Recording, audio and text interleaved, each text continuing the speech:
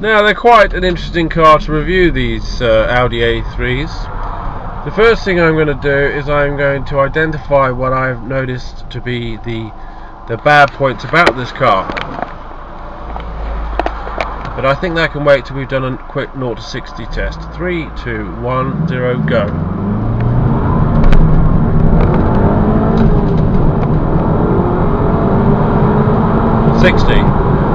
See, this is a pretty little quick car. Right, well that's obviously one of the good points. The bad points are the rear view vision is appalling. It is almost 2/3 taken up by headrests alone.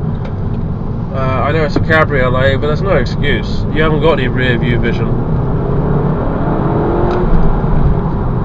The second bad point I can pick up is, being a Cabriolet, there's a hell of a lot of noise when you're doing 50-60 miles an hour.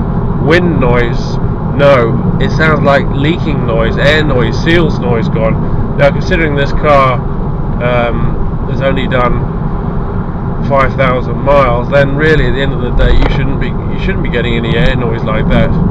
Now, it's interesting about the rear view vision because the side vision on this car is absolutely fantastic. It's got the biggest mirrors for a small car I think I've seen ever. You can see almost as much out of those mirrors on the side as you can out of the whole windscreen. In fact, you can see more out of the side mirrors than you can at the rear view. That's how good they are. Now, why can Audi get this right and other people can't? That doesn't make sense. Okay, this is quite an attractive car on the inside. The dials here are not obstructed in any way. Very clear, very precise, very tidy.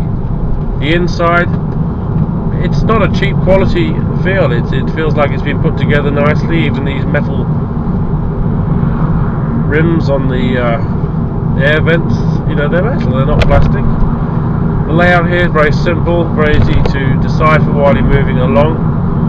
The only thing is, you've got a center console here, which makes it a bit fiddly to operate the handbrake and also to change gear at times.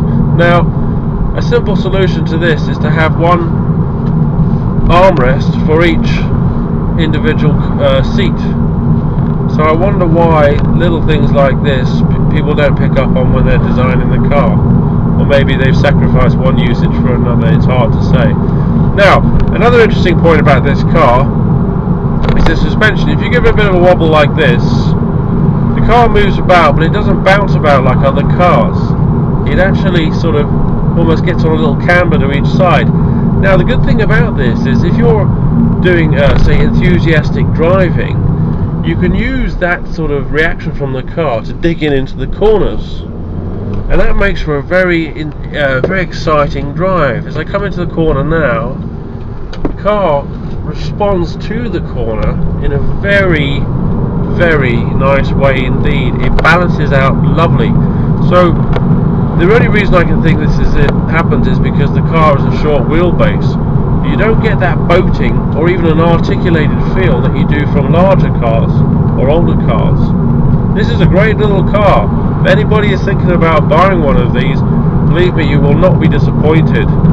This is one of the best small cars on the market at the moment, hands down, no argument. It's a great little car, and it accelerates fast too.